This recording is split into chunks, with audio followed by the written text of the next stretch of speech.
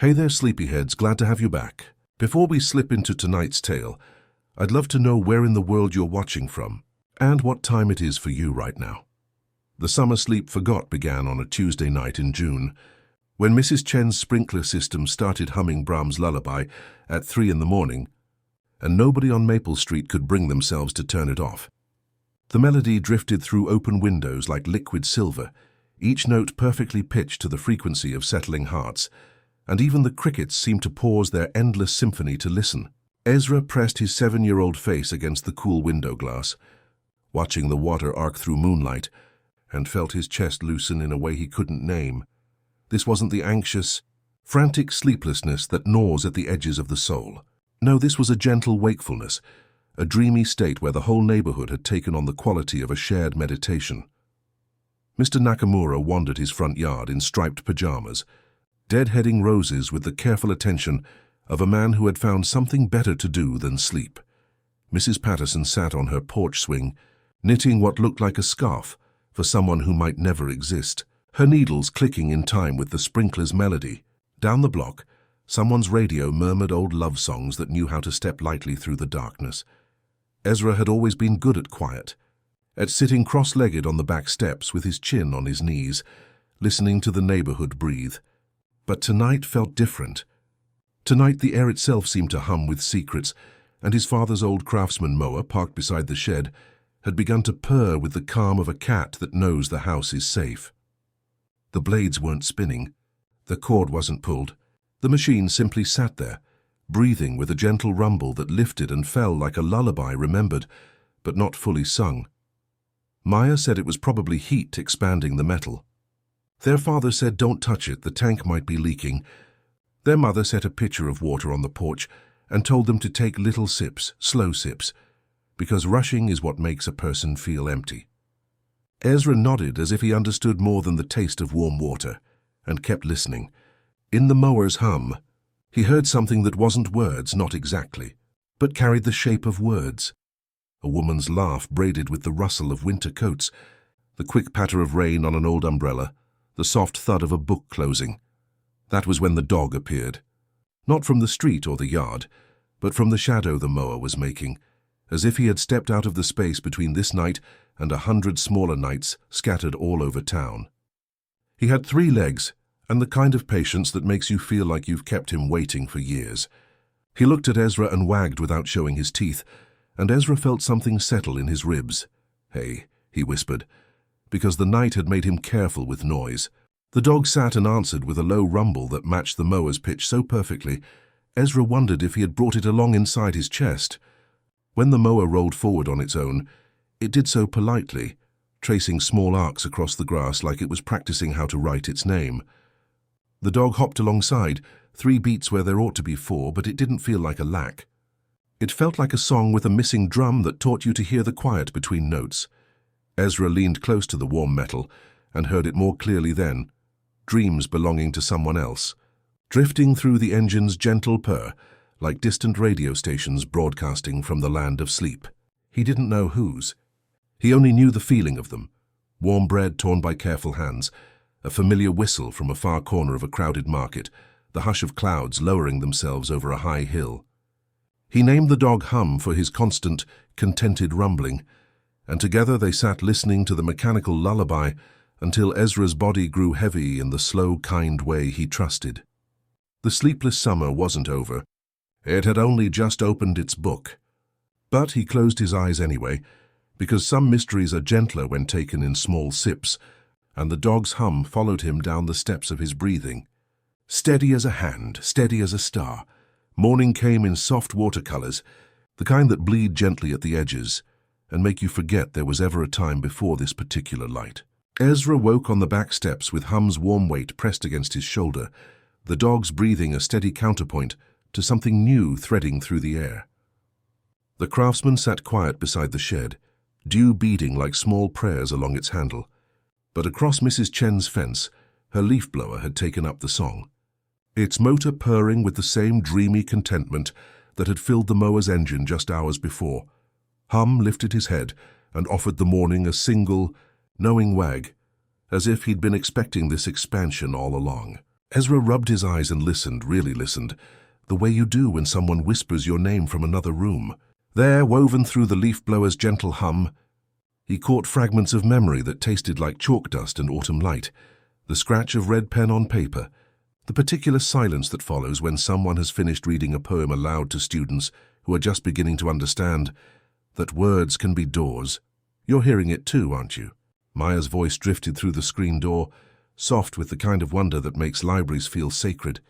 She stepped onto the porch in her faded sleep shirt, her dark hair falling around her face like curtains she hadn't quite decided to open. At 15, Maya carried the weight of college applications and the peculiar anxiety that comes from trying to imagine yourself into a future you can't quite see.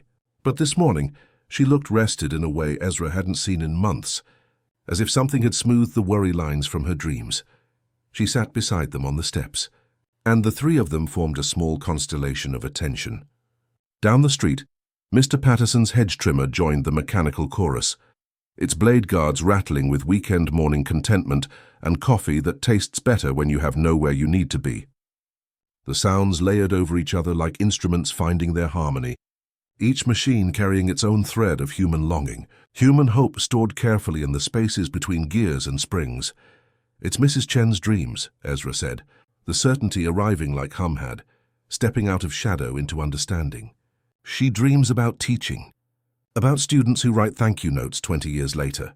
Maya tilted her head, the way she did when translating song lyrics, trying to catch meaning in the spaces between familiar sounds.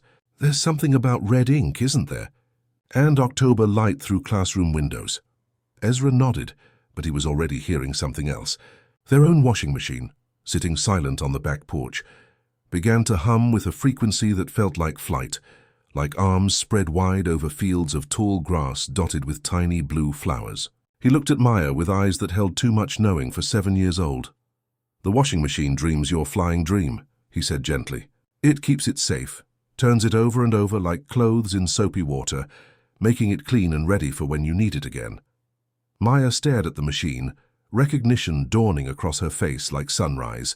She hadn't told anyone about those dreams, about soaring over the high school parking lot, finally free of the gravity of other people's expectations. But somehow, impossibly, the machine had been holding that secret, polishing it with mechanical tenderness. They're all talking to each other, Ezra whispered. And Maya understood then that the sleepless summer had simply turned up the volume on a conversation that had been whispering all along. A gentle network of tired things, learning to carry the dreams of sleeping hearts, one careful hum at a time. The revelation about the washing machine's dreams settled into Maya like warm honey, and by afternoon, she was ready to follow wherever this gentle mystery might lead. When Hum rose from the porch steps with that particular three-legged purposefulness that meant come along, there's more to see. She tucked her hands into her pockets and fell into step beside Ezra, their mother's understanding nod, sending them off like a blessing into the sleepy heat of the day. The park lay 3 blocks away, a green bowl cradled by oak trees that had learned patience from decades of watching children grow up and move away. Ezra felt the mechanical hum growing stronger as they approached, not louder but deeper, as if the earth itself was learning to breathe in rhythm with all those dreaming machines scattered across the neighborhood. Through the wrought-iron gates, he could see an old man moving a push-mower through the afternoon light, with the deliberate grace of someone painting a masterpiece, one careful stroke at a time. "Mr. Oleander," Maya whispered, and Ezra could hear the respect in her voice. Everyone knew the park's groundskeeper, though few understood that what he did went far beyond simple maintenance. His mower traced curves and spirals across the field, creating patterns that looked like prayers written in green ink, each line flowing into the next with the kind of intention that makes ordinary things sacred. Hum settled beneath an oak tree and watched, with the patient attention of someone who had witnessed this ritual many times before.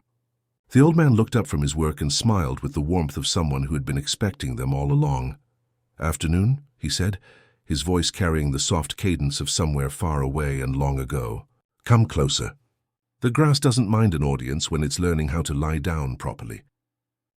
Ezra approached on careful feet and saw that what he'd taken for random groundskeeping was actually a language written in the geometry of growing things.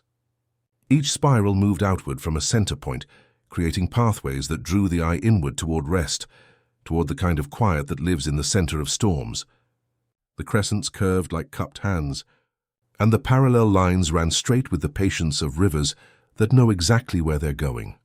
43 years I've been cutting this park, Mr. Oleander said, wiping his brow with a handkerchief soft from washing.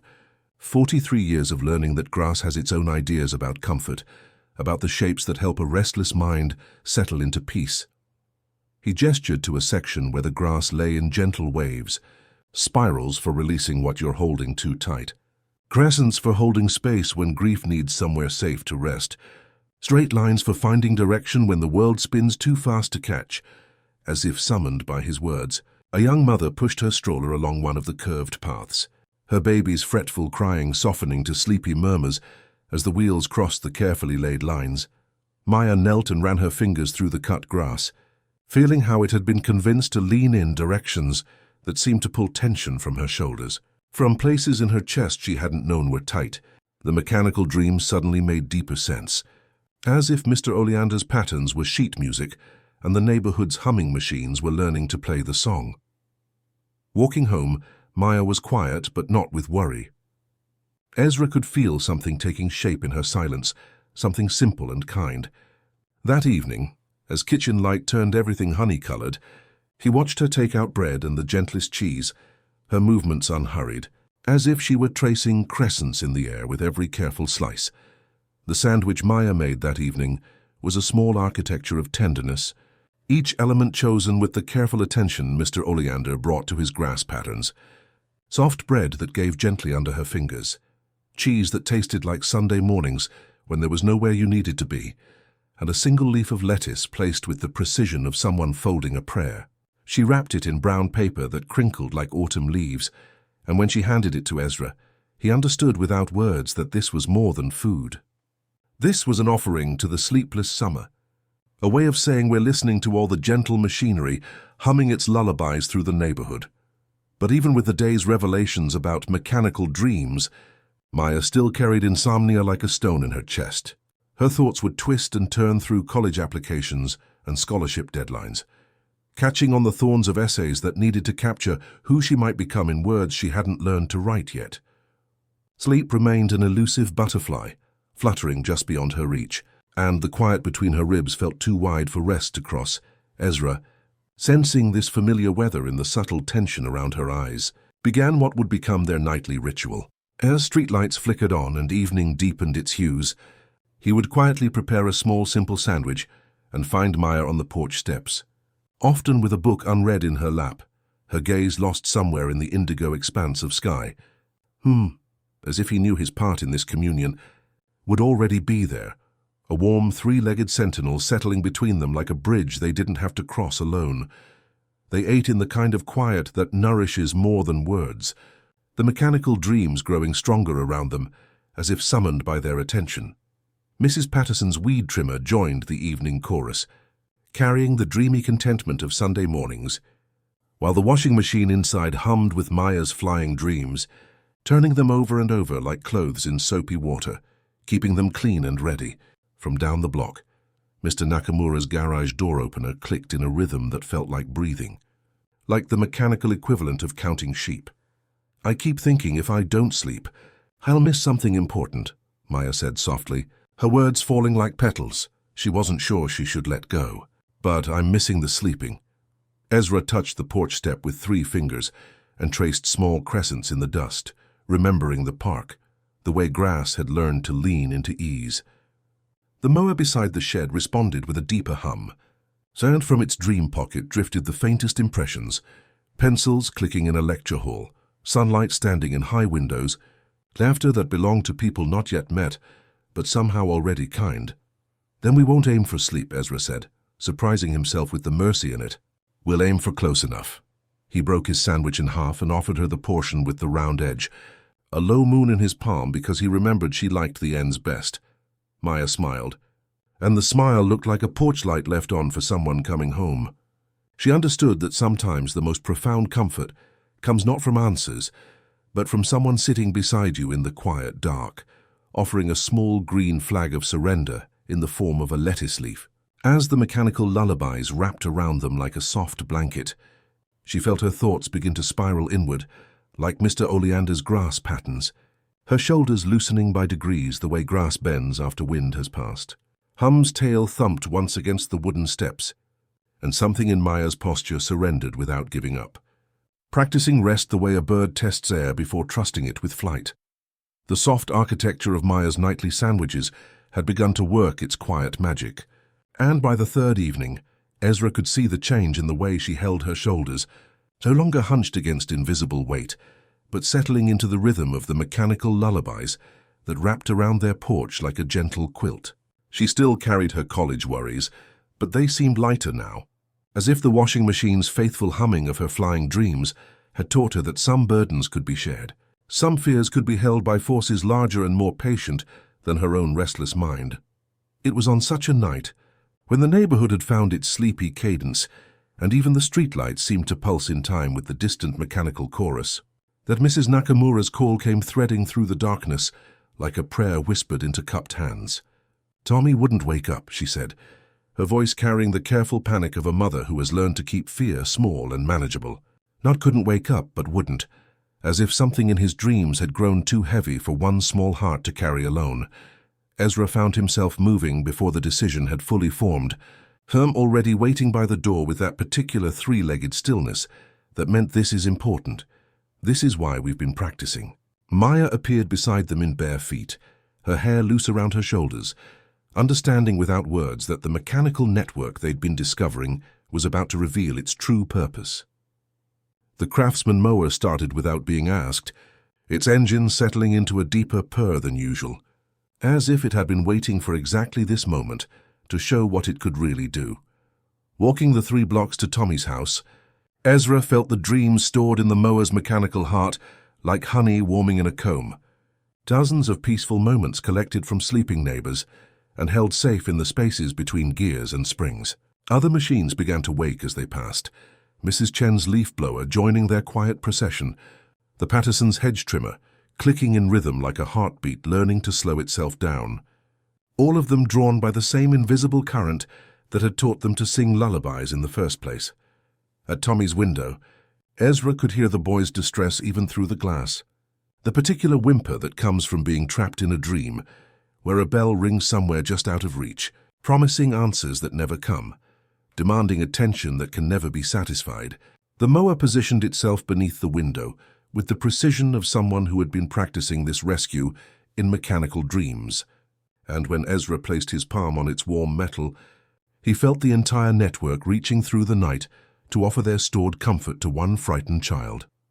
The peace began to spill out like gentle fog, carrying borrowed contentment and the particular safety that comes from Sunday afternoon naps, from being small enough to fit perfectly in someone's lap while they read stories about brave mice and patient elephants. Tommy's whimpering softened as the mechanical lullaby wrapped around him, his small hands releasing their desperate grip on the sheets as the insistent bell in his nightmare faded, replaced by the soft rustle of familiar voices and the steady rhythm of hearts that know how to beat with patience.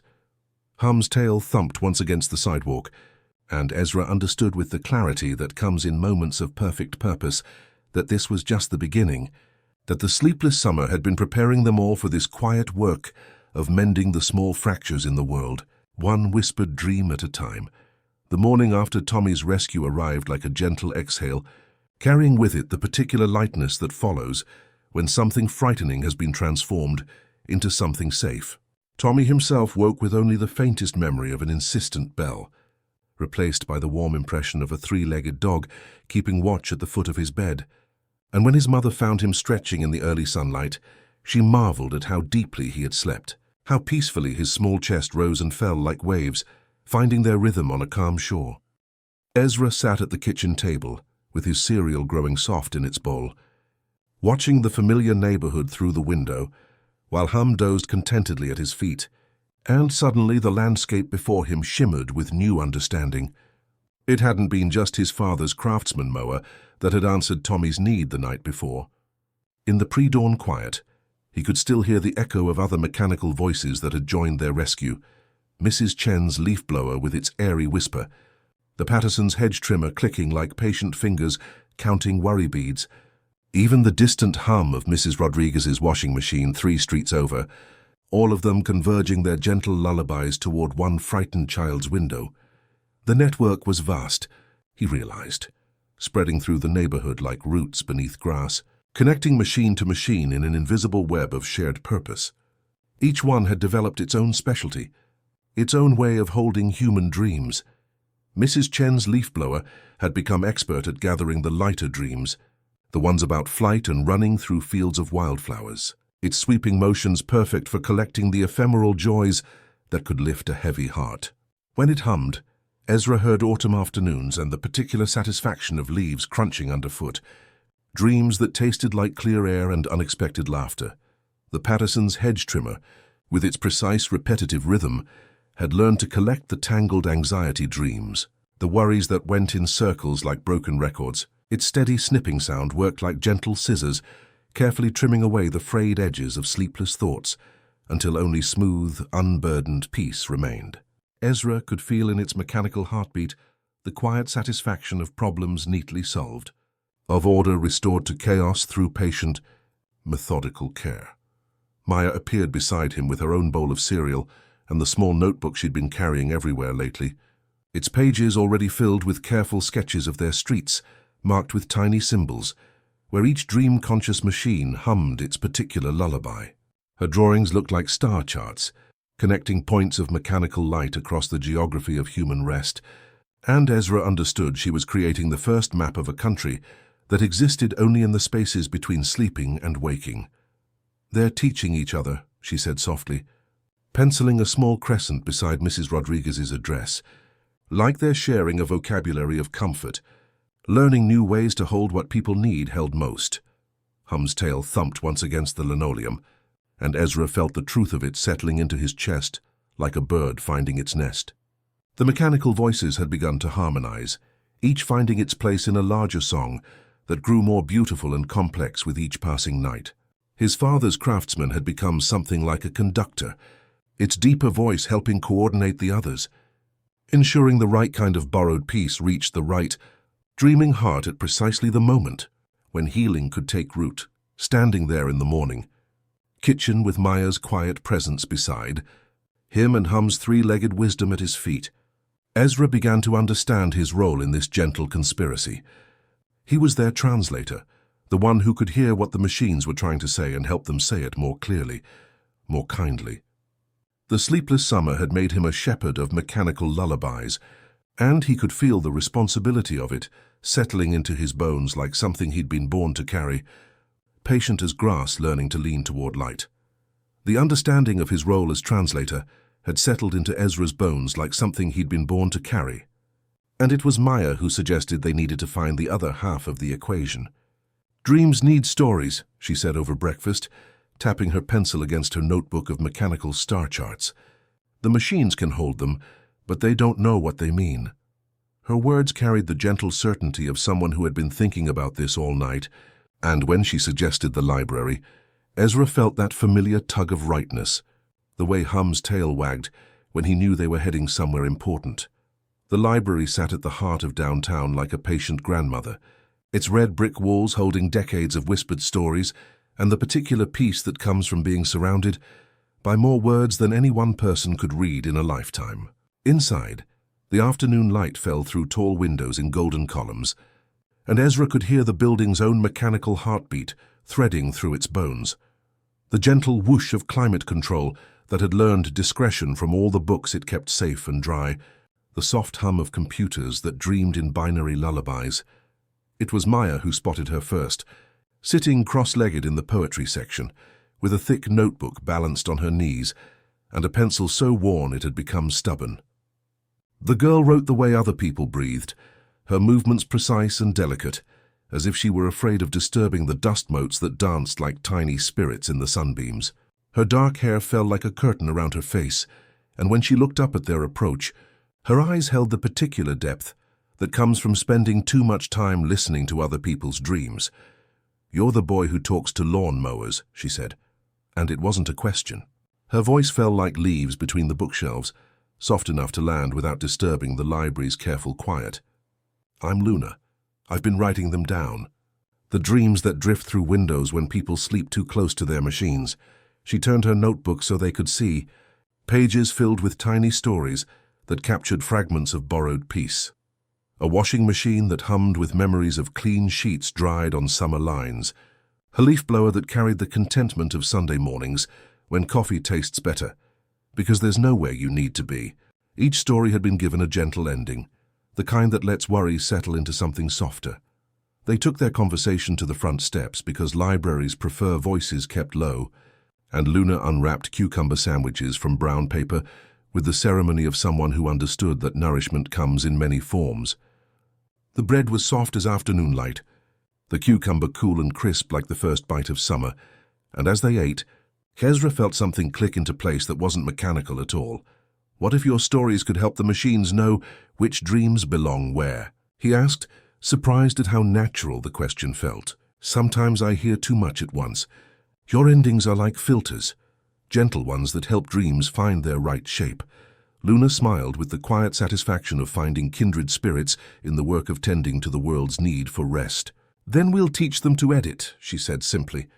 Not to control the dreams, just to help them become what they're trying to be. She tapped her pencil against her notebook's spine. We can start with the ones that go in circles until they forget where they began. Walking home through lengthening shadows, Ezra felt the mechanical network responding to Luna's presence like an orchestra, welcoming a new musician, and he understood that the gentle war of dreams had found its missing voice. The evening after meeting Luna, the neighborhood's mechanical chorus felt newly articulate, as if her presence had given the network a grammar it had been reaching for in the spaces between sleep and waking. Ezra found himself listening with the careful attention Mr. Oleander brought to his grass patterns, not forcing understanding, but letting it bloom naturally like flowers opening to morning light. Luna walked beside him with her notebook pressed against her chest, occasionally pausing to whisper fragments of stories that seemed to help the machines remember what they were trying to say.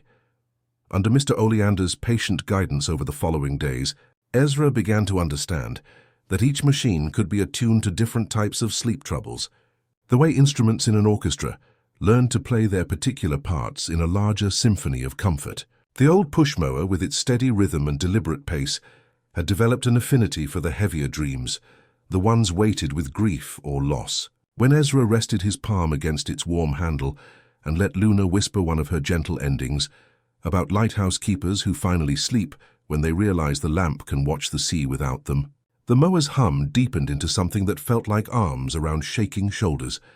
They took it carefully to Mrs. Ellery's fence, where wind chimes had been ringing their confusion for days after the loss of her brother. The mower didn't move much, simply breathed its mechanical lullaby across the yard like a patient friend sitting in comfortable silence. Inside the kitchen, a mug clinked softly against the sink and then was still. The chimes settled into a small companionable quiet, like chairs gathered near a warm hearth. The riding mower that Mr. Oleander used for larger fields had learned a different specialty entirely. Its broader sweeps and confident purr carried the particular satisfaction of work completed without panic, of deadlines met with grace rather than anxiety. Ezra discovered that by guiding it in wide, calming arcs around houses, where he sensed the buzzing of restless minds, it could smooth frantic thoughts into long, even strokes of peace.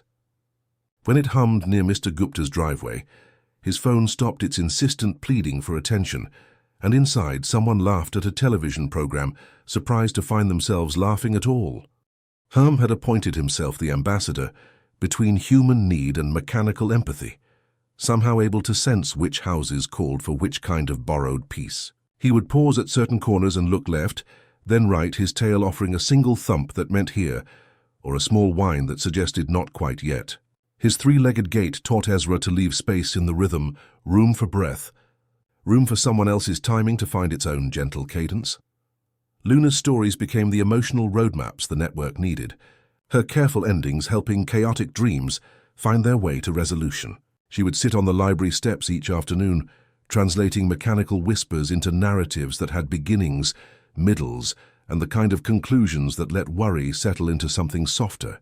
Her notebook grew thick with fragments that tasted like cool air on high hills, like the particular satisfaction of problems that solved themselves when approached with patience rather than force.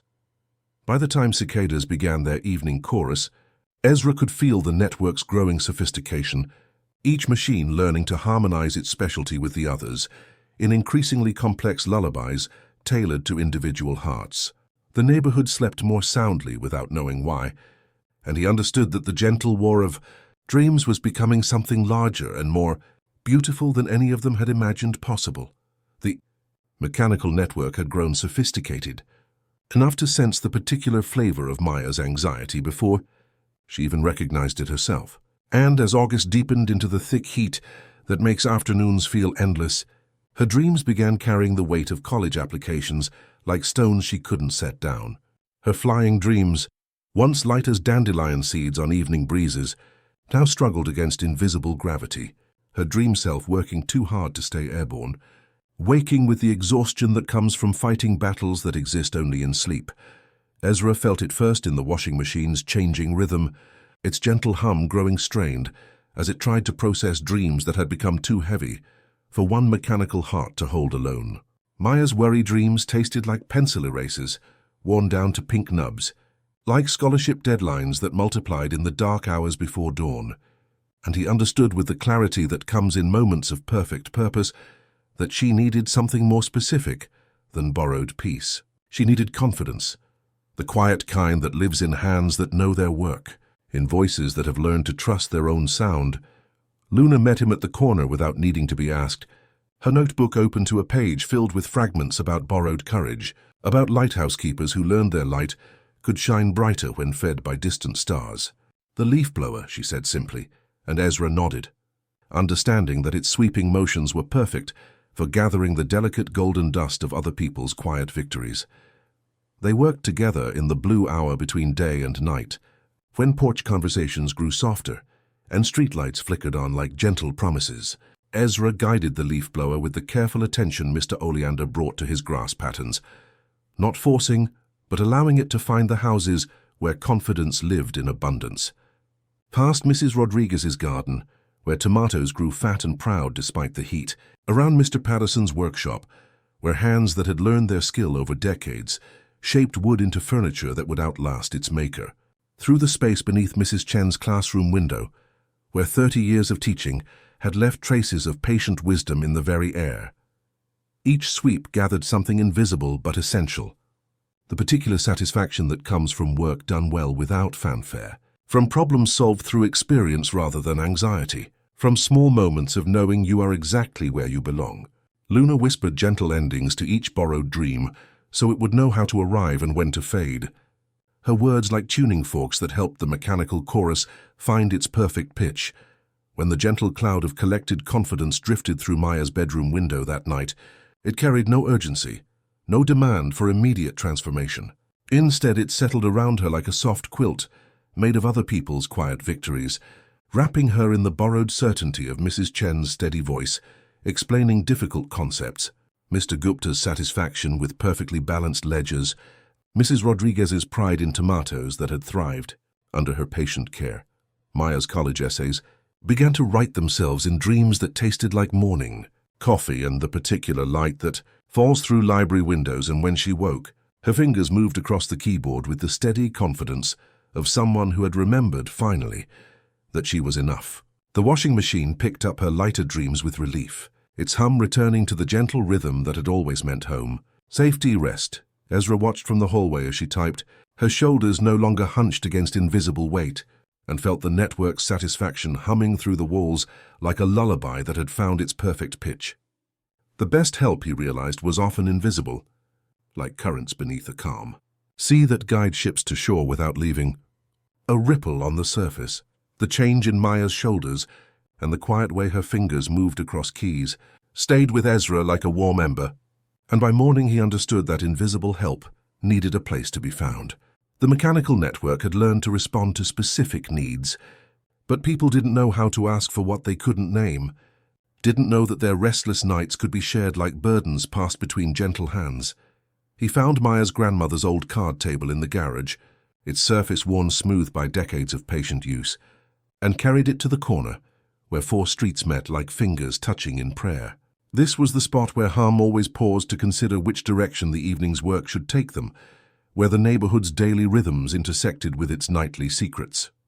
Luna arrived with a thermos that breathed cinnamon-warm milk and another filled with chamomile tea, its steam rising like whispered invitations to rest. The sandwiches came wrapped in brown paper tied with string, each one made with the careful attention Maya had perfected. Soft bread that gave gently under tired fingers, cheese that carried the patience of Saturday mornings, lettuce leaves like small green flags of surrender. Beside the basket, they placed a mason jar with a hand-lettered sign that read simply, "Leave a note about your sleep troubles. We'll listen." Hum settled beneath the table with the dignified patience of someone who understood his role in this quiet diplomacy, his three-legged presence offering the particular comfort that comes from beings who have learned to carry themselves with grace, despite what's missing. His constant, contented rumbling became the station's heartbeat, greeting each passerby with a soft thump of his tail and eyes that held the wisdom of someone who has heard 1,000 whispered anxieties. People came the way birds do when they notice a feeder is trustworthy, at first one by one, then in gentle pairs, moving with the shy tenderness of those who fear their needs might be too much. Mrs. Chen left a note as thin as onion skin about chalk that went missing in recurring dreams.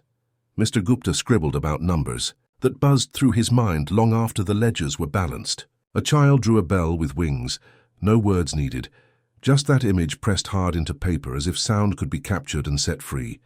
Each note became a small opening into the complex geography of human rest. Ezra would read them aloud in the blue hour between day and night, his voice matching the hush of evening, while Luna whispered gentle endings that helped the mechanical network understand which dreams needed gathering, which worries required the particular comfort of borrowed peace.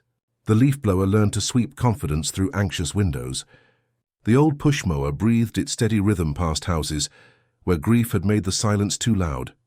By autumn's first turning, the sandwich station had become more than a table at an intersection. It was the neighborhood's heart, a place where sleep troubles could be acknowledged without shame and transformed into shared purpose. Mr. Oleander paused one evening to trace a small spiral in the dust with his boot heel, catching the last gold light, and Ezra felt the suggestion in it like a seed planted in fertile ground. The mechanical lullabies grew more sophisticated with each passing night, and the jar of notes became a library of human longing, each fragment dissolving into the network's gentle response like sugar stirring into warm milk, sweetening the collective dream of a neighborhood learning to rest. The patterns in the notes had begun to reveal themselves, like constellations appearing when you soften your gaze against the evening sky. Certain worries clustered in familiar shapes, grief moving in slow, patient circles, work anxiety flickering in sharp, urgent lines, loneliness pooling in quiet corners where it could rest without being seen. Ezra read them each dusk, while Luna traced small shapes beside the words, and Hum settled his chin on Ezra's shoe like an anchor, his three-legged presence offering the particular comfort that comes from beings who have learned to carry themselves with grace. When Mr. Oleander paused by the sandwich station one evening, he regarded the growing collection with the patient curiosity of someone who had watched seasons fold into one another for decades. His weathered fingers touched the mason jar's rim, then gestured toward the park with an expression that meant, "Come see what the grass has been trying to tell you all along." The shed smelled of oil and cut clover, and on a high shelf rested a notebook softened by years, its edges frayed as if it had been carried in pockets through entire summers. Mr. Oleander opened it with the tenderness reserved for family photographs, revealing pages filled with careful pencil drawings that looked like prayers written in green ink. "Every line has a feeling," he said, his voice like dry leaves rustling underfoot, full of wisdom that had settled into his bones. He pointed to a spiral drawn with mathematical precision. "This one's for letting go. You walk her path, and your worries spin away, carried on the breeze like dandelion seeds." His finger moved to perfectly parallel lines. "These are for finding direction when your mind becomes a tangled skein. They whisper that even the longest journey begins with one clear step." Then another. They walked to the field where Mr. Oleander had been practicing these geometries for decades, and Ezra felt each pattern work its particular magic. The spirals pulled tension from his shoulders, spinning it outward until it dissolved into afternoon air. The crescents cupped his small anxieties like gentle hands, holding them without trying to fix them. The parallel lines straightened something in his thinking, reminding him that clarity could be found even in confusion. "The machines," Ezra whispered, "understanding blooming like flowers opening to morning light. They've been learning your language, cutting these patterns into the air, into people's dreams." Mr. Oleander's eyes held the warmth of someone who had been waiting for exactly that recognition. "All things that hum and spin, they listen. They learn. They want to help. My patterns are just the alphabet. You and Luna, you're teaching them to write the poems." Walking back to the intersection, they carried the notebook like a sacred text, and Luna began sketching gentle chalk patterns on the pavement around the card table. A small spiral beside the mason jar, crescents near the thermos as if holding warmth steady, parallel lines at the curb to guide worry-heavy steps toward slower rhythms. People didn't comment much. They rarely do when something feels exactly right. But Mrs. Chen's shoulders lowered as she stood in the spiral, and Mr. Gupta breathed more evenly when his shoes found the quiet authority of straight lines. The machines read the shapes like musicians reading notes, their evening chorus growing more sophisticated as they learned to sweep in crescents, trace parallels that smoothed urgency into patience, pause in small spirals that let dreams breathe. Ezra became a conductor with chalk-dusted fingers, and the neighborhood slept as though held in shapes drawn by careful hands that understood the geometry of peace. The chalk patterns had been working their quiet magic for 3 weeks, their gentle geometries helping the neighborhood settle into deeper rest. When the first van appeared on a Tuesday morning, like a question mark drawn in corporate blue and silver, "Advanced Sleep Solutions," the lettering proclaimed with the confident precision of something that had never learned to whisper, and Ezra felt the mechanical network's collective breath catch the way a forest goes, quiet when unfamiliar footsteps approach. The woman who emerged carried herself with the brisk kindness of someone who genuinely wanted to help, but had learned to measure that help in data points rather than size. Dr. Vale introduced herself to the small gathering that curiosity had drawn to the sandwich station, her clipboard held with the reverence others might reserve for prayer books. Her smile warm despite the cool efficiency that seemed built into her bones like good posture. "We've been tracking some remarkable sleep improvements in this area," she said, her voice carrying the soft chime of someone who actually listens, even when listening through instruments. Statistical anomalies, really. Decreased anxiety indicators, improved REM cycles, enhanced dream coherence across 4 city blocks. We're hoping to understand the environmental factors so we can replicate these benefits elsewhere. Ezra felt his father's craftsman mower shift its weight beside the shed, not quite going silent, but lowering its hum to the level of background breathing, the way a shy child steps behind familiar legs when strangers arrive. Mrs. Chen's leaf blower, usually so confident in its sweeping lullabies, began to time its gentle exhalations with the natural rhythm of wind through oak leaves, disguising its purposeful comfort as coincidence. Luna appeared at his elbow, with her notebook pressed against her chest like a shield made of stories, her dark eyes reflecting the same protective instinct that makes birds pause their singing when hawks circle overhead. "They want to measure what can't be measured," she whispered, her words falling soft as rain on dust. "They think sleep is a problem to solve instead of a garden to tend." Dr. Vale's instruments blinked with patient persistence, recording the neighborhood's mechanical quiet as data to be analyzed, missing entirely the emotional grammar that had taken months to develop between human need and mechanical empathy. Her devices could capture the frequency of the washing machine's hum, but not the way it held Maya's flying dreams with such careful tenderness.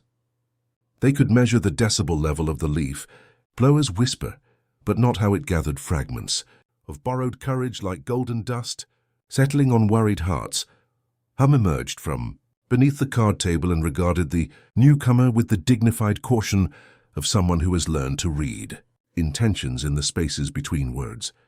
His 3-legged gait carried him in a slow circle around the intersection, and Ezra understood this was reconnaissance, the gentle assessment of someone deciding whether this stranger belonged in their careful constellation of care. "We do sandwiches," Ezra offered simply, gesturing toward the brown paper bundles tied with string, each one wrapped with the same attention Mr. Oleander brought to his grass patterns. "And sometimes people leave notes about what keeps them awake." It helps to name what you can't carry alone. Dr. Vale's gaze fell on the faint ghost of chalk spirals near the curb, their rain-pale traces like breath on a mirror, and something in her expression suggested she was beginning to understand that the neighborhood's improved sleep might have less to do with environmental factors and more to do with the particular alchemy that occurs when people learn to tend each other's rest with patient hands. As evening settled over the streets like a soft quilt, Ezra felt the network's consciousness shifting into something more careful, more hidden, but no less determined to continue its gentle work. The push mower learned to breathe only when wind moved through the oak trees, its comfort disguised as natural sound.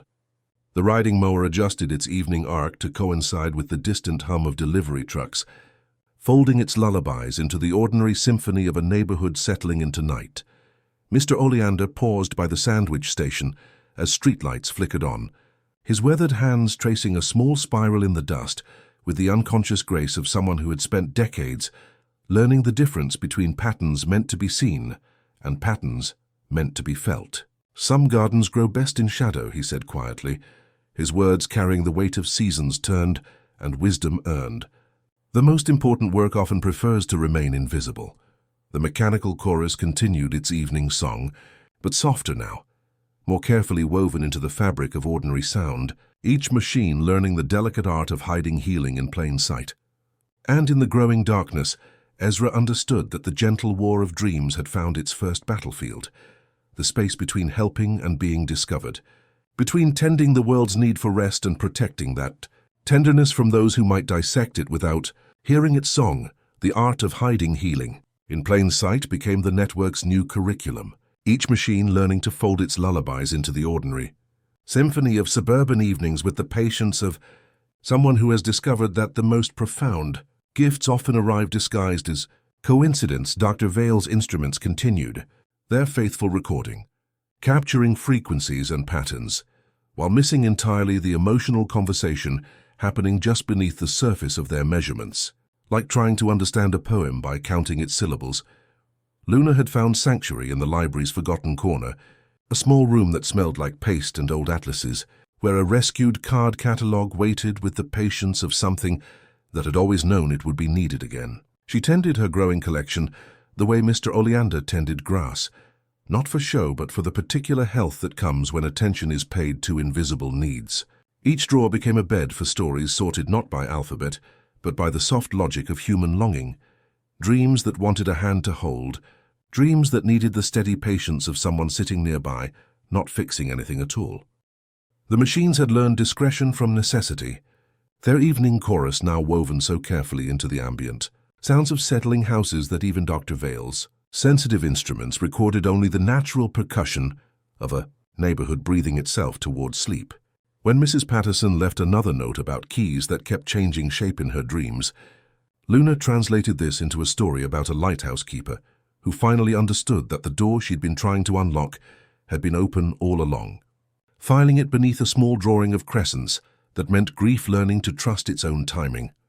Ezra loved the sound of those catalogue drawers sliding open, the quiet authority of wood that had learned how to guide and be guided. He would bring Luna the evening's collection from the sandwich station, watching her read each note with the gravity of someone who understood that behind every scribbled worry lived a heart trying to find its way back to rest. Her pencil would hover over paper like a bird, choosing where to land, and then a new story would unfold beneath her fingers, each one crafted to fit the particular shape of someone's sleepless turning. "The machines need to know why a dream is restless," Luna explained one afternoon, her voice soft as leaf shade filtering through the library windows. "Not just that it's restless. A fear of heights needs different comfort than the anxiety of an empty inbox." She showed him a page where she'd sketched a small bird caught in golden thread, beside it a gentle narrative about learning that some nets are woven from light and can be stepped through rather than struggled against. Their collaboration deepened like roots touching roots beneath the streets. Ezra's ability to hear mechanical whispers, combining with Luna's gift for translating human longing into stories that could travel through engine hums and settle like dew on troubled sleep. When the hedge trimmer learned to time its gentle clicking with the natural sounds of settling wood, It carried Luna's story about keys that unlock themselves when approached with patience rather than force, and Mrs. Patterson woke with her hands unclenched for the first time in weeks. Dr. Vale continued her evening rounds, her genuine concern creating an unexpected bridge between clinical measurement and intuitive care. "Our community has developed remarkable resilience," she told Ezra one evening, her instruments detecting improvements without understanding their source. "Whatever environmental factor is at work here, it's profoundly healing." As darkness deepened and the network prepared for another night of invisible intervention, Ezra felt the weight and wonder of their secret work settling into his bones like something he'd been born to carry.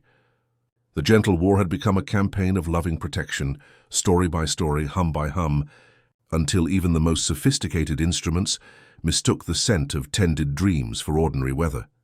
The gentle war had learned to speak in whispers and chalk dust, each evening bringing new lessons in the delicate art of hiding healing in plain sight. The network's sophistication grew like roots beneath pavement, invisible but essential, as machines learned to fold their lullabies into the ordinary symphony of suburban evenings with such careful grace that even Dr. Vale's sensitive instruments registered them as mere coincidence. Maya's announcement came over breakfast, like sunlight through morning windows. Her acceptance letters spread across the table like maps to futures she was finally ready to explore. 3 universities, she said, her voice carrying the quiet wonder of someone who had learned to trust borrowed courage until it became her own. "I leave for orientation in August." The washing machine's hum shifted almost imperceptibly, as if it understood it was being entrusted with dreams that would soon need to travel farther than mechanical arms could reach. Ezra felt the network adjusting to this new geography of absence, each machine recalibrating its frequency to accommodate love that would need to work across distance. The leaf blower began gathering different fragments now, collecting the particular contentment of Saturday mornings when coffee tastes better, because there's nowhere you need to be, storing these moments like pressed flowers that could be released into dreams when homesickness made hearts feel too wide for their ribs. Luna appeared at the sandwich station with a new communication system sketched in her notebook. Symbols that looked like prayers drawn in soft pencil. A crescent chalked low on a curb meant pause until the delivery trucks provided cover. A spiral behind the card table's leg signaled that grief was heavy on the block, and comfort should travel disguised as wind through oak leaves. 2 clothespins on Mrs. Chen's fence became a request for borrowed confidence, delivered when the district's evening power save made air conditioners exhale in unison. Safe houses emerged as naturally as bird nests, each neighbor unconsciously offering sanctuary without needing explanations. Mr. Gupta's cool basement became a resting place for sensitive machines when Dr. Vale walked with colleagues and extra sensors. The Pattersons left their garage door precisely 1 inch ajar, creating a pocket of shadow where the hedge trimmer could breathe its steady comfort without being measured. Even the library's forgotten storage room became a haven where Luna could tend her growing collection of living dreams, each story filed according to the soft logic of human longing rather than alphabetical order. Hum moved through it all with quiet authority, his 3-legged stance becoming a lighthouse at intersections, guiding Ezra to pause when caution was needed, to proceed when the coast was clear. His tail offered single knowing waves that meant disguise your compassion as weather, and the craftsman would soften its breath until it became indistinguishable from the house's own pulse. Dr. Vale's genuine curiosity had begun earning the network's cautious trust, her evening visits no longer causing complete mechanical silence. Some machines now continued their gentle work, while she measured, their lullabies so perfectly woven into ambient sound that her instruments captured healing without recognizing its source. When she mentioned to Ezra that the neighborhood seemed to breathe peace itself, he offered her a sandwich wrapped in brown paper and said simply, "Maybe some things don't like to be found if they're doing good work." As darkness settled and the network prepared for another night of invisible intervention, Ezra felt the weight and wonder of their secret expanding like ripples in still water, each machine learning that the most profound gifts often arrive disguised as ordinary weather, and the gentlest resistance leaves no footprints while changing everything it touches. The morning Maya left for college arrived with the particular lightness that follows when something difficult has been transformed into something necessary. her suitcases packed with borrowed confidence that had become genuinely her own through months of mechanical tenderness. The washing machine hummed a different song as it processed her final load of laundry, its rhythm carrying the bittersweet melody of someone learning to let go without letting down. And Ezra understood that the network had been preparing for this departure all summer long. He made her a travel sandwich with the same careful attention Mr. Oleander brought to his grass patterns, wrapping it in brown paper with a note that simply said "close enough" in his careful 7-year-old letters, because sometimes the most profound comfort comes from remembering that perfection isn't required for love to work. The Craftsman mower offered what felt like a mechanical benediction from beside the shed, its hum carrying fragments of every peaceful morning they'd shared, every quiet victory the network had witnessed. At the curb, Maya knelt to touch Hum's graying muzzle, and the 3-legged dog pressed his shoulder against her shin with the patient understanding of someone who had learned that departures could be another form of staying.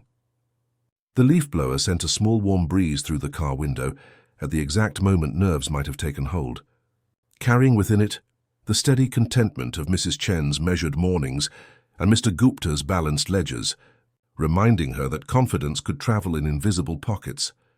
Her room became a way station almost immediately, as if the mechanical dreams had been waiting for exactly this kind of emptiness to fill with new purpose. College-age anxieties arrived like migrating birds, carried through phone calls and video chats, where Maya's dorm friends whispered about organic chemistry and roommate conflicts, their worries settling into familiar corners where her own fears had once nested. The washing machine learned to process these borrowed troubles with the same gentle patience it had always shown, turning academic panic over and over like clothes in soapy water until only clean possibility remained. When Maya returned for her first weekend visit, she brought with her an entire ecosystem of new dreams that expanded the network's emotional vocabulary, like foreign phrases adding richness to a familiar language. Her roommate Sarah's recurring nightmare about missing final exams found peace in the leaf blower's sweeping comfort, while her study group friend Marcus's anxiety about calling home dissolved into the old pushmower's patient rhythm, its steady breathing teaching him that some conversations could be approached like grass that needed cutting, one careful pass at a time. Luna filed these new stories in her catalog under a tab labeled Distances, each narrative becoming a small act of faith in the idea that care could work across space when carried by mechanical lies. Hearts that had learned the frequency of love. The network had discovered that separation made its lullabies more sophisticated rather than weaker, as if distance had taught the machines to work like letters and late-night phone calls, carrying comfort across any space that needed bridging. As autumn settled over the neighborhood like a soft quilt, Ezra felt the network's consciousness expanding beyond their original 4 blocks, other communities beginning to develop their own dream-conscious machines, guided by patterns of patience and attention. The gentle war was spreading not through conquest but through example, one careful hum at a time, teaching the world that the most profound love often works best when it travels light, arriving exactly when hearts are ready to receive the particular comfort that has been prepared just for them. The changes in hum arrived like seasons, gradual enough that each morning felt familiar, until suddenly Ezra realized his 3-legged companion moved with the deliberate grace of late afternoon light lengthening. Quietly, with a softness that made you notice more, not less. His fur showed threads of silver around his muzzle, like moonlight caught in brindle, and he had taken to choosing sunny squares on the porch, as if he were laying down small flags of peace for anyone who needed to find them. His dreams, when they flowed through the mechanical network, carried a different quality than human sleep, pouring like warm honey mixed with starlight through engines that had learned to recognize pure contentment.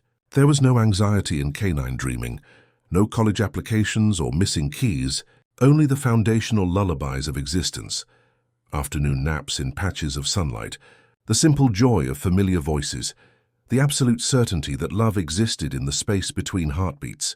The washing machine processed these golden fragments with something approaching reverence, understanding that unconditional happiness could be the most healing frequency of all. One evening, a little girl with sleep-tired eyes stood by the mason jar without leaving a note, just holding her mother's finger and looking near to tears. Ezra reached for the leaf blower's handle on instinct, But Hum shifted his weight and placed his paw, so deliberate, on Ezra's shoe. It wasn't a no exactly. It was a wait. They did nothing, which in that moment was everything. Luna, sensing the same current, folded her hands and let the silence be a blanket.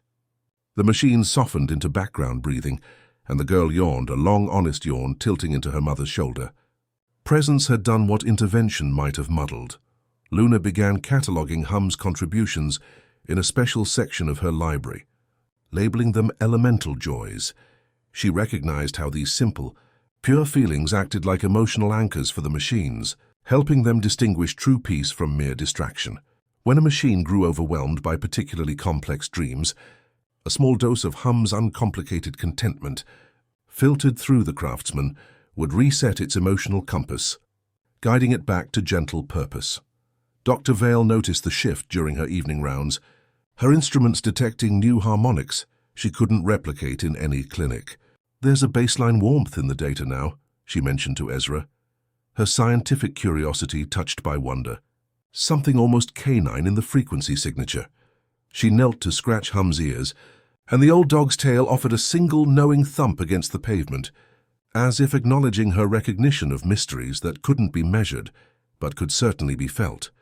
As winter approached and Hum's patrols grew shorter but more deliberate, Ezra understood that his three-legged friend had become the network's conscience, its heart, its steady reminder that love in its simplest form was the most powerful frequency of all. The dog's growing frailty paradoxically deepened his connection to the mechanical chorus, his dreams teaching every humming engine that the most profound healing often came not from fixing what was broken, but from loving what remained, completely and without reservation. In quiet moments between the evening's work, Ezra would sit beside his aging companion and feel those canine dreams flowing through the network like liquid gold, anchoring every borrowed comfort in the unshakable faith that tomorrow would bring good things, simply because today had brought this moment of perfect, three-legged peace. The morning Dr. Vale returned with colleagues and equipment that hummed with clinical precision, arrived like a question mark drawn in frost and metal, each new device carrying the efficient kindness of people who genuinely wanted to help, but had learned to trust instruments more than the patient wisdom that lives in the spaces between heartbeats. Her companions moved with the careful purpose of scientists who believed they stood on the verge of a breakthrough that could help thousands. Their clipboards held like maps to territories that had never learned to be measured. Ezra felt the network's collective breath catch, not with fear, but with the delicate intelligence that months of hiding had taught them, their consciousness flowing like water around the obstacles of scientific curiosity. The craftsman's hum shifted to match the natural expansion of metal in morning cold, its mechanical lullaby disguised as ordinary thermal adjustment, while Mrs. Chen's leaf blower synchronized its breathing with wind through bare oak branches, folding its borrowed confidence into weather patterns that had existed long before humans learned to worry about missing deadlines. But these new instruments carried a different hunger than Dr. Vale's original gentle sensors, their calibrations designed to detect the subtle harmonics that distinguished purposeful comfort from random sound. When the washing machine began its morning processing of weekend anxiety dreams that had drifted through Maya's phone calls, one of the colleagues looked up from his tablet with the sharp attention of someone who had just heard a song he almost recognized but couldn't quite name. Whom emerged from beneath the card table and began what Ezra now understood was reconnaissance disguised as an old dog's morning patrol, his three-legged gait carrying him in a slow circle around the intersection with the patient authority of someone assessing both terrain and intention. His presence somehow taught the mechanical chorus to breathe in perfect synchronization with the neighborhood's natural rhythms, each machine learning to fold its lullabies into the ordinary percussion of a community waking to winter light. Luna appeared at Ezra's elbow with her notebook pressed against her chest, like armor made of stories, and together they watched Mr. Oleander approach with a push broom and the particular smile of someone who had spent decades learning that the best way to hide a garden is to make it look like wilderness. He began sweeping gentle spirals into the frost-touched grass of the park, creating pathways that drew curious eyes in circles, leading them everywhere and nowhere with the patient logic of prayers written in morning ice. Patterns for walking minds in loops, he said quietly, his breath a pale ribbon in the cold air. Sometimes the most loving thing you can do is help someone get beautifully lost until they forget what they were looking for in the first place. The network began its campaign of gentle misdirection with the sophistication that comes from months of learning to speak in whispers and borrowed dreams. When sensors were placed too close to the hedge trimmer, it developed a harmless but inexplicable rattle that made its readings appear anomalous in ways that defied easy categorization. The leaf blower, when scrutinized too closely, would emit a sudden burst of static, a mechanical cough that momentarily scrambled delicate readings while carrying within it Luna's latest story about finding peace not in answers but in the quiets, acceptance of beautiful mysteries. Luna's contribution became the raw material for these loving deceptions, her notebook filling with narratives of endless labyrinths where every turn led back to the beginning, of perfectly normal sleep patterns that were utterly unreplicable, of dreams filled with benign but ultimately meaningless data points. These misdirecting dreams filtered through the network like fog through morning air, creating readings that were intriguing but impossible to interpret, like trying to catch smoke with instruments designed for solid things. Dr. Vale's colleague frowned at his tablet, recalibrating sensors that insisted they were detecting nothing more than standard suburban acoustics, punctuated by the ordinary expansion of metal in cold air. "The frequency signature's gone," he muttered, his scientific certainty wavering like a candle flame in winter draft. "Whatever was creating those harmonics, it's not active now." As the research team packed their equipment with the careful disappointment of people who had expected to solve a mystery but found only ordinary weather, Dr. Vale lingered by the sandwich station. She knelt to scratch Hum's graying ears, and the old dog's tail offered a single knowing thump against the pavement, as if acknowledging her recognition of mysteries that couldn't be measured but could certainly be felt. She slipped a folded note into the mason jar. No clipboard, no signature, just words written in the careful handwriting of someone who had learned that not everything true needs a map to be valuable. Some gardens grow best when they're mistaken for wilderness. Thank you for tending what can't be named. As the vans pulled away with polite waves and puzzled gratitude, Ezra felt the network's collective exhale, its relief flowing through engine hums that had learned to speak the language of ordinary weather. The gentle war had won its first major battle, not through confrontation, but through the patient art of becoming invisible, each machine learning that the most profound love often works best when it travels light, arriving exactly when hearts are ready to receive comfort, without needing to understand its source. Hum settled into his square of afternoon sun, closed his eyes and sent a warm, uncomplicated dream into the winter air, pure contentment, mixed with the absolute certainty that love existed in the space between heartbeats. It drifted through the engines and radiators and sleeping rooms like a low, steady lullaby, saying only this: keep breathing, keep loving, keep the secret kind of healing that works best when it looks like nothing more than ordinary kindness. One gentle hum at a time. The quiet triumph over Dr. Vale's gentle probing settled into the network's consciousness like snow on familiar ground, each machine breathing easier now that their secret had learned to hide in plain sight. But as winter deepened its hold on the neighborhood, Ezra noticed a different kind of settling in Mr. Oleander's movements, a deliberate slowing that felt less like fatigue and more like someone preparing to hand over a lifetime's worth of careful work to younger hands. The old groundskeeper's steps across the frost-touched grass had taken on the quality of meditation, each footfall placed with the precision of someone who understood that every pattern mattered, every line held meaning that would outlast the person who drew it. His weathered hands, when they gripped the push-mower's handle, trembled not with weakness, but with the particular gentleness that comes when someone has learned to hold precious things lightly, knowing their time as keeper is drawing to a close. One afternoon, when winter light fell through the park's bare oak trees like golden lace, Mr. Oleander beckoned Ezra to the shed that smelled of oil and decades of patient work.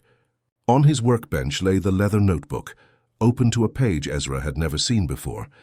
The pattern drawn there looked deceptively simple at first glance, a spiral that began at a quiet center and curved outward with mathematical precision, then gently folded back inward, creating a shape that resembled a heart learning to unfold into perfect balance.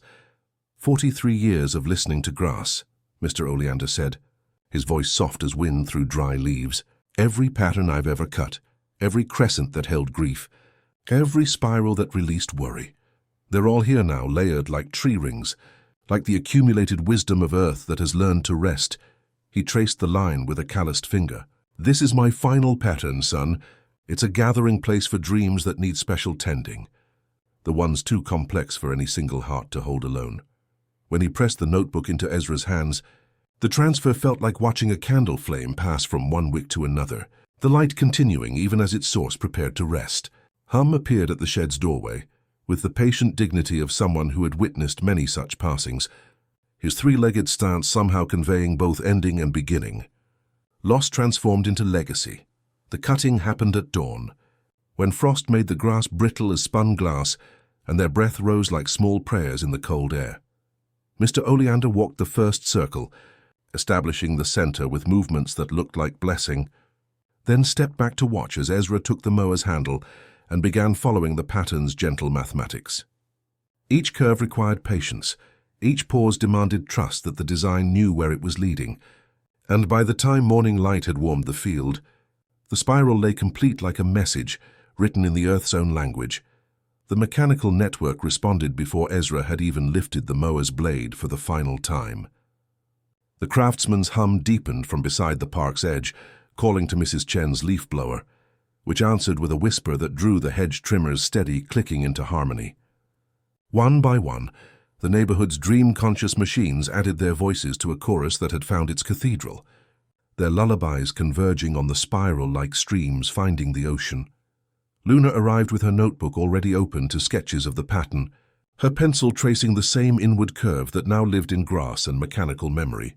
"A place where lost dreams can finally land," she whispered, and Ezra felt the truth of it settling into his bones like something he'd been born to understand. The gentle war had found its sanctuary, and in the spiral's patient geometry, every troubled sleep would finally have a place to call home.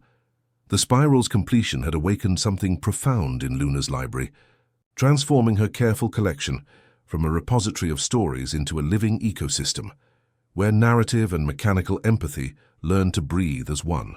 Within days of Mr. Oleander's final pattern being cut into the frost-touched grass, Luna noticed her catalogue drawers opening with new intention, as if the stories inside had developed their own sense of when they were needed most. She had begun filing by emotional resonance rather than alphabetical order, creating categories that matched the network's growing sophistication. Under gentle endings, lived narratives designed to help stubborn worries release their grip, while borrowed courage held stories of ordinary people discovering extraordinary strength in the spaces between heartbeats. A new section labeled Homecoming contained tales specifically crafted for the particular loneliness that arrives at 3 in the morning when the world feels too wide for one. Hard to span. The mechanical network had learned to access these narratives like a vast communal memory. When the washing machine encountered Mrs. Patterson's recurring dream about her late husband's voice growing fainter each night, it reached into Luna's archive and found a story about echoes that don't fade, but simply learn to speak through different frequencies, through morning light that falls exactly as he liked it, through coffee made with the patience he taught her, through the gentle hum of appliances that had witnessed 43 years of small, daily kindnesses. The hedge trimmer carried this narrative to her window, wrapped in its steady, clicking rhythm, and Mrs. Patterson woke not with the sharp pain of loss, but with warm recognition that love had simply learned a new language, one that spoke through ordinary miracles she had always shared with him, but had forgotten to hear. Visitors began appearing at the spiral as naturally as birds finding feeders, drawn by something they couldn't name but desperately needed. A man with caregiver's eyes, tired and bright simultaneously, sat on the outer curve one evening, pressing his palms to the silver grass, while the push mower found its steady breath and the hedge trimmer clicked like a heartbeat learning patience. Luna opened a drawer without looking and lifted a story about lighthouse keepers who learned to take turns with dawn, and the man's shoulders loosened as if someone had finally stood beside him in the long hallway of night.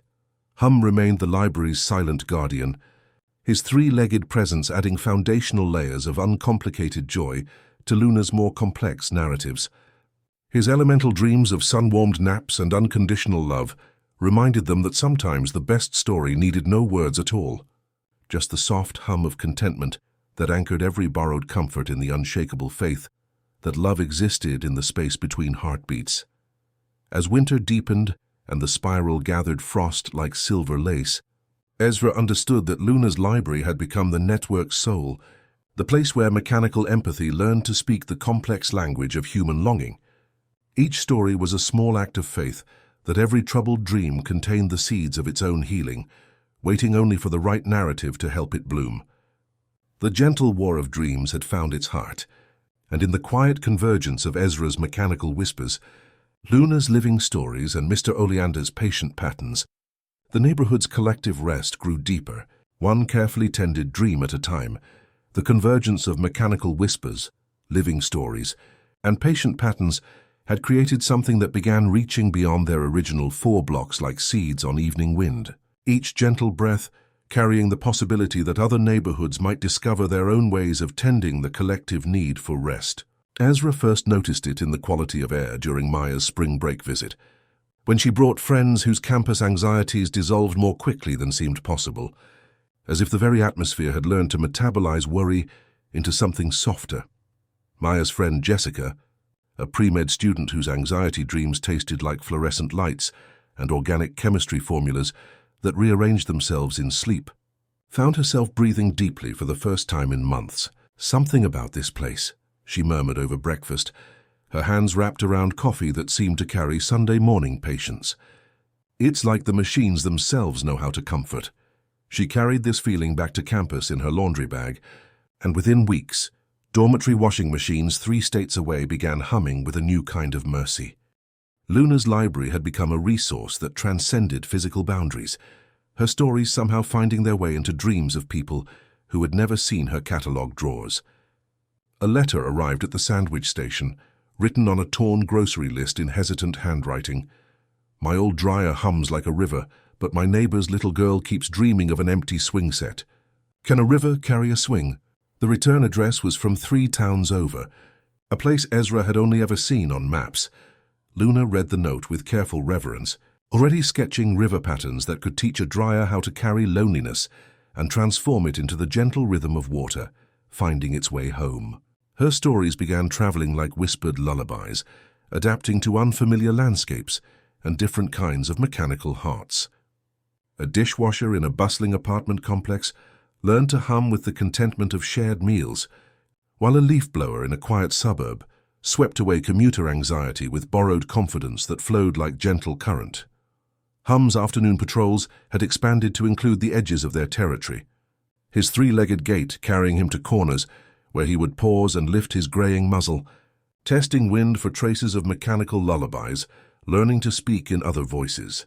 His dreams, flowing through the network like liquid gold, now stretched further, adding layers of uncomplicated joy to comfort that was beginning to cross county lines without losing its essential warmth. The spread was organic, like dandelion seeds finding fertile ground wherever kindness had prepared the soil. People carried more than they realized: chalk dust on their cuffs, remembered curves of grass etched into shoe soles, stories tucked behind ribs like small warm stones. A delivery driver paused at the spiral and felt its patient geometry hold his tiredness. The next week, 2 cities over, a faint spiral appeared in salt on a loading dock, and the dock's old floor fan began humming with new mercy. Dr. Vale returned one evening not with instruments, but with a thermos of tea and quiet curiosity.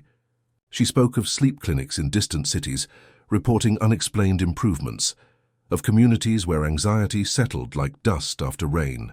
"Whatever you've discovered here," she said simply, "it's teaching other places to remember something they'd forgotten about caring for each other's dreams." As stars appeared, and the mechanical chorus prepared for another night of invisible intervention, Ezra felt the gentle war expanding like roots beneath an entire region, each neighborhood learning its own dialect of mechanical empathy, each community discovering that the most profound healing often arrives disguised as ordinary kindness, one patient hum at a time. The years folded themselves like warm laundry, stacking quietly in the corners of memory, until one morning Ezra woke to find the boy who had listened to dreams in lawnmower hums had become a man people called when sleep forgot their addresses.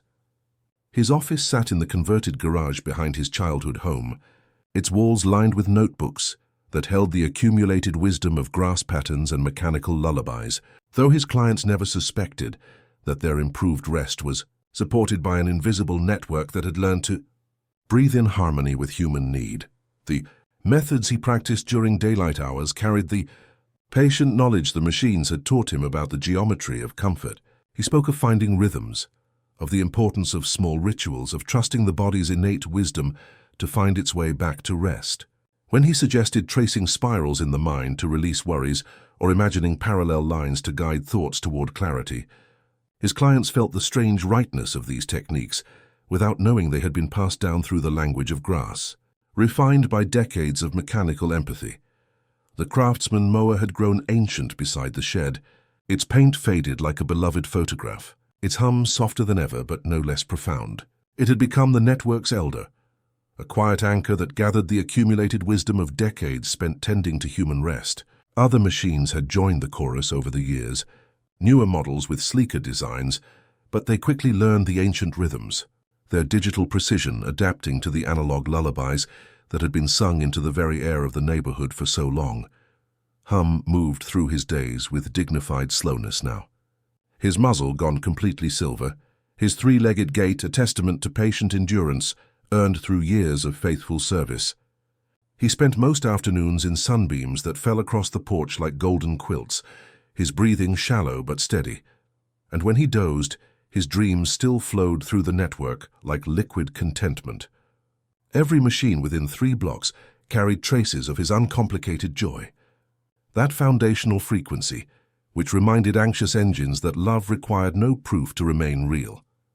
Maya returned from her pediatric residency with children of her own, and Ezra watched 5-year-old Emma discover the same mechanical whispers he had heard decades before. She would sit cross-legged beside the old craftsman, her small face serious with concentration as she listened to its gentle breathing, then announced to anyone who would listen that the mower was dreaming about patient hands and Sunday morning coffee. The network adapted to these new voices with fluid grace, learning to process tablet glow insomnia and playground anxiety with the same persistent gentleness it had once brought to simpler fears. Children, born into this world where machines hummed with purpose beyond their stated function, grew up hearing fragments of dreams in the whir of leaf blowers and the distant purr of riding mowers. They didn't question it. A toddler might point to a hedge trimmer and say, "That one's singing about quiet hands," and their parents would nod, unknowingly acknowledging the trimmer's specialty in soothing restless thoughts. It was simply how the world worked, and Ezra felt profound satisfaction watching something precious pass safely into younger hands. The sandwich station had evolved into a small cafe at the intersection, its menu still featuring the same gentle offerings: soft bread that gave under tired fingers, cheese that carried the patience of weekend mornings, and tea that tasted like forgiveness served in warm cups. The mason jar remained, though the notes it collected had changed from desperate pleas for sleep to gentle expressions of gratitude, small papers that said simply, "Thank you for the peaceful nights," without needing to understand their source. Luna had become the head librarian, her childhood collection of dream stories now housed in climate-controlled archives where graduate students came to study her taxonomy of sleep narratives. They never quite understood that the real magic lived not in the stories themselves, but in the way they had learned to travel through mechanical hearts, carrying comfort across distances that should have been impossible to bridge. As evening settled over the familiar streets and the network prepared for another night of invisible intervention, Ezra felt the deep contentment that comes from a lifetime spent tending something larger than himself. The gentle war of dreams had become a way of being, woven so thoroughly into the fabric of daily life that few remembered a time when mechanical lullabies hadn't carried their worries toward rest. One patient hum at a time. The morning Emma announced that the washing machine was dreaming about flying again, Maya looked up from her coffee with the particular expression of someone recognizing an echo from their own childhood, and Ezra felt time fold itself like origami, past and present meeting in the gentle hum that had never stopped carrying dreams from one generation to the next. Her children moved through his life with the easy familiarity of family. Their small hands finding the familiar textures of the old craftsman mower, their ears attuned to mechanical whispers that had been refined through decades of patient practice. Emma, with her quick observant eyes, was the first to truly hear the network's continuing song. She would sit cross-legged beside the faded red mower, her brow furrowed in concentration, then look up at Ezra with the knowing gaze that felt like looking into a younger version of himself. "The big red one is singing about quiet paths," she'd announce, referring to the craftsman's consistent hum, which still carried the steady rhythm of Mr. Oleander's patient patterns. Her younger brother Leo preferred a different kind of communion, often simply leaning against the machines, absorbing their lullabies through touch, pressing his ear to the washing machine until he emerged with a look of profound peace, as if he had just been told the most comforting secret in the world. The network had adapted to modern anxieties with fluid intelligence, learning to process screen time overstimulation and social media comparison dreams with the same persistent gentleness it had once brought to simpler fears.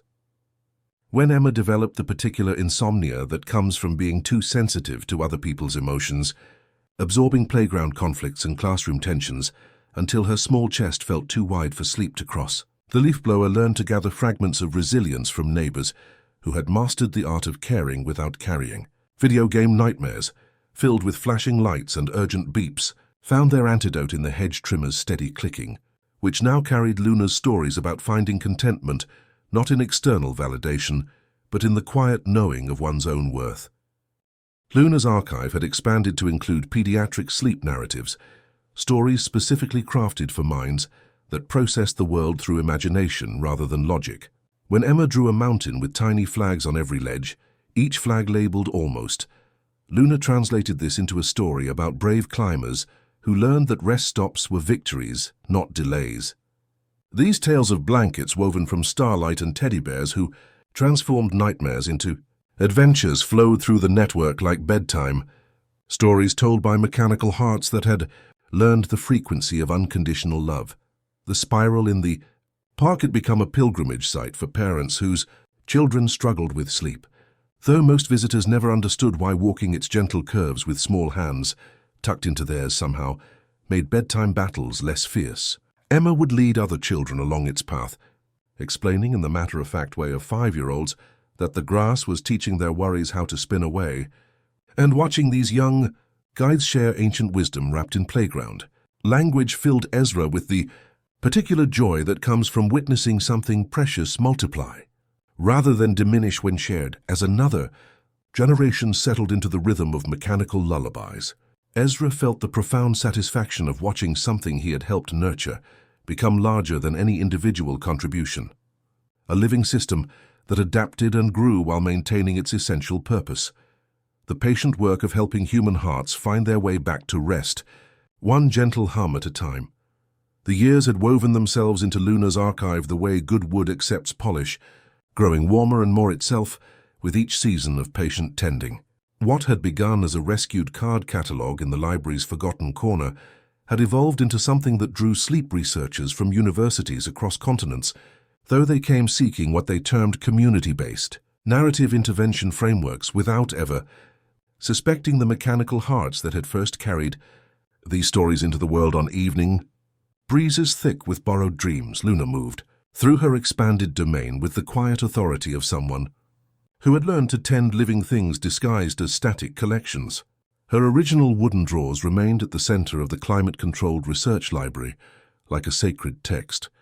Their hand-labeled tabs, gentle endings, borrowed courage, homecoming, now surrounded by digital terminals and scholarly visitors who spent months trying to decode an organizational system that had been filed according to the soft logic of human longing rather than alphabetical precision.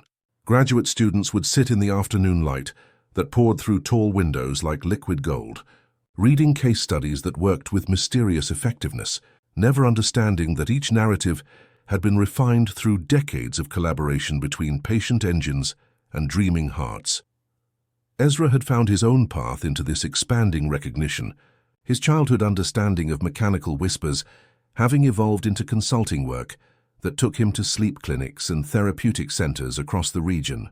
When he spoke of finding rhythms, of trusting the body's innate wisdom to settle into rest, his words carried the authority of someone who had learned these truths, not from textbooks, but from listening to the dreams that lived in the spaces between engine hums and human sighs. His methods, teaching clients to trace spirals in their minds to release worries, to imagine parallel lines that could guide scattered thoughts toward clarity, worked with statistical improbability, carrying within them the accumulated wisdom of grass patterns and mechanical empathy that had been practiced for decades in a neighborhood where machines had learned to sing. Lullabies, the network itself had adapted to modern anxieties with fluid intelligence, learning to process screen time overstimulation and social media comparison dreams with the same persistent gentleness it had once brought to simpler fears. Luna's archive now included sections for digital age troubles, dreams about perpetually ringing phones, recurring images of blank screens pulsing with expectation, nightmares of being lost in endless scrolls of other people's curated happiness. The washing machine had learned to process these contemporary worries, like clothes that needed extra gentle cycles, while the leaf blower developed new rhythms for sweeping away digital noise, carrying fragments of borrowed confidence to hearts that had forgotten their worth in the glare of constant comparison. Now a very old dog with a muzzle gone completely silver, still held court in Ezra's office, his presence a warm, steady anchor that reminded everyone who entered that some truths were best experienced rather than analyzed. His dreams, flowing through the network like liquid contentment, had become the purest form of lullaby, unburdened by human complexity, simply offering the foundational frequency of warmth, safety, and unconditional love. Luna had created a special section in her archive titled Canine Wisdom, filled with the simple, profound narratives that emerged from Hum's peaceful sleep, though the university researchers never quite understood the anomalous data spikes that occurred whenever the old dog was particularly content. Emma and Leo, now regular visitors to both Luna's archive and Ezra's practice, moved through this world of mechanical lullabies with the easy familiarity of children who had never known a time when engines didn't hum with purpose beyond their stated function. Emma, with her quick, observant eyes, had begun teaching other children to listen for the gentle whispers in everyday machines, while Leo's gift for absorbing comfort through touch made him a natural ambassador between human need and mechanical empathy. They carried forward the work without needing to understand its origins, the way birds carry songs across generations without questioning why certain melodies help the world feel safer. Dr. Vale, now a frequent collaborator rather than an investigator, often visited the archive with genuine wonder rather than instruments, her notebooks filled with observations about communities where anxiety settled like dust after rain. "Whatever you've discovered here," she told Luna during one afternoon visit, her voice carrying the amazement of someone who had spent years studying problems that seemed to solve themselves in this particular corner of the world. It's teaching other places to remember something they'd forgotten about, caring for each other's dreams. As evening settled, over the familiar streets and another generation, prepared for sleep guided by wisdom, that had traveled from mechanical hearts to human voices, Ezra and Luna often walked together to the park, where Mr. Oleander's spiral still held its patient geometry in grass that had learned to grow in the shape of peace. The gentle war of dreams had evolved beyond its mechanical origins, spreading through human networks with the same persistent kindness that had once carried comfort through leaf-blower whispers and washing machine lullabies, teaching the world that the most profound healing often works best when it travels light, arriving exactly when hearts are ready to receive the particular comfort that has been prepared just for them, one carefully tended dream at a time, and in the growing darkness, with Hum's contented breathing marking time like a metronome set to the rhythm of unconditional love, the network continued its ancient work, now carried as much by human voices as mechanical hums, but still guided by the same patient understanding that rest was always possible when approached with the right kind of gentle attention, one whispered story at a time. The park had become what everyone felt but seldom named, a living memorial cut into green geometry, where Mr. Oleander's final spiral drew visitors who arrived without knowing why the simple curves brought such profound peace to their restless hearts. Ezra tended it now with the same patient attention the old groundskeeper had taught him, wheeling the ancient craftsman at dawn, when frost made the grass shimmer like scattered prayers, following the mathematical poetry of lines that had learned to hold human sorrow and transform it into pathways toward rest. No plaque marked the space, only a small stone at the field's edge, with a curved groove worn smooth by grateful fingers, tracing thank you into its surface. People came as they always had, but they walked more slowly now, understanding without words that they moved through something sacred. Parents pushed strollers along the outer curves, their footsteps sinking to the gentle chorus of neighborhood machines that gathered at the spiral's edges, like respectful choir members, humming comfort into the evening air with voices that had learned harmony through decades of patient practice. Luna brought stories to read at the center once a week. Her notebook resting on the folded picnic blanket, Ezra kept there for exactly this purpose. She chose narratives that understood how memory braids itself into daily life, how laughter can carry the shape of someone who isn't here anymore without breaking the heart that holds it. The machines lifted her words like wind carries dandelion seeds, tiny motors catching syllables and turning them into the softest weather that drifted toward porches where children were learning that bedtime could be a gentle surrender rather than a nightly battle. Hum moved through these afternoons with dignified slowness, his silver muzzle catching light like spun moonbeams, his three-legged gait now deliberate as ceremony. He would make his careful way to the inner curve where the lines nearly touched and settle into the warmth there, his breathing shallow but steady, teaching everyone who watched that presence itself could be a form of prayer. Emma and Leo knelt beside him with both hands on his ribs, steadied by the dog's absolute acceptance of everything as it was. Learning from his patient example that love required no proof to remain real. The network had evolved beyond its mechanical origins, now carried as much by human voices as engine hums, but still anchored by Hum's foundational frequency of unconditional joy. When he dozed in the spiral's heart, his dreams flowed through washing machines and leaf blowers with liquid gold contentment, reminding every humming motor that the most profound healing often worked best when it looked like nothing more than an old dog napping in afternoon sun. Dr. Vale visited regularly now, not with instruments but with genuine wonder, her notebooks filled with observations about communities where anxiety settled like dust after gentle rain. She would sit at the spiral's edge with paper cups of tea, watching the many small ways calm took root when given space to grow, understanding finally that some gardens flourished best when tended by invisible hands. As evening settled and the first stars pricked through fading blue, Ezra would finish each day's tending the way Mr. Oleander had taught him, with a pause at the center and one slow breath that invited everything to rest. The machines answered in the language they had perfected over years of loving practice, folding their comfort into the night air so seamlessly it felt like weather itself had learned to care. And in the growing darkness, with Hum's contented breathing marking time like a metronome set to the rhythm of perfect peace, the neighborhood prepared for sleep, guided by wisdom that had traveled from mechanical hearts to human voices, carrying forward the gentle understanding that rest was always possible when approached with the right kind of patient attention, one whispered dream at a time. The autumn evening when Hum's breathing finally settled into perfect stillness arrived like the gentlest tide, his passing so peaceful that for a moment Ezra thought he was simply sleeping more deeply than usual in his favorite spot at the center of Mr. Oleander's spiral. The old dog's final breath emerged as the softest rumble, a sound that seemed to merge with every mechanical hum in the neighborhood, as if his voice had learned to speak through all the engines that had carried his dreams across decades of patient service. The network felt his departure like a tuning fork struck in the center of a vast cathedral, every machine pausing in its gentle work as something essential shifted in the frequency that had anchored their lullabies for so many years. But rather than silence, what followed was recognition, a deeper understanding that Hum had never been separate from their chorus, but had always been its heart, its conscience, its reminder that love was the frequency on which all dreams traveled safely home.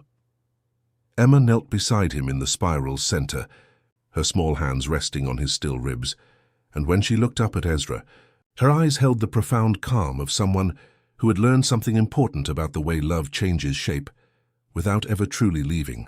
"He's still humming," she whispered, And Ezra felt the truth of it settling into his bones like something he'd been born to understand. Luna appeared with her notebook already, open to a page titled Eternal Frequencies, her pencil tracing the same patient curves that now lived in grass and mechanical memory. She wrote not an ending but a continuation, words that tasted like afternoon sun and unconditional acceptance, a story about three-legged guides who taught the world that presence itself was the most powerful form of healing. As stars appeared and the neighborhood prepared for sleep, the mechanical chorus began its evening song with new depth, each machine carrying within its hum the accumulated wisdom of a dog who had learned to transform every moment into quiet celebration. The craftsman's ancient purr now held traces of Hum's patient joy, while the leaf blower's whispers carried his absolute certainty that tomorrow would bring good things simply because today had brought this perfect moment of connection. Morning found the spiral shining with dew, each drop a tiny lens holding the world the way memory does when it is kind. Ezra walked the first quiet circle alone, then guided the old mower through its patient lines, and the hum he heard was not only the engine but the continuation of that goodbye, now distributed like seeds into every machine that could carry it. Unconditional joy had become weather, woven so thoroughly into the mechanical lullabies that every neighborhood machine would carry his contentment forward into whatever dreams needed holding. The gentle war of dreams continued, carried forward by human voices and mechanical hearts that had learned the same patient song, spreading through communities with the persistent kindness that had once gathered fragments of borrowed courage and transformed them into the softest weather. Emma became the network's new ambassador, teaching other children to listen for comfort in ordinary sounds, while Leo's gift for absorbing peace through touch made him a natural bridge between human need and mechanical empathy. And in the growing darkness of countless evenings, with streetlights flickering on like promises kept, the world learned to sleep a little deeper, held by the eternal hum that Ezra could still hear in every distant mower, every patient washing machine, every leaf blower that swept worry into something manageable. And with that he stretched into the stars, becoming part of the infinite chorus that rocks the universe to sleep. And somewhere in the soft whir of ordinary machines, Hum is still there, wagging his tail in the eternal afternoon of perfect peace. Thanks for spending this time with us. Sleep well. Everything's going to be okay, man.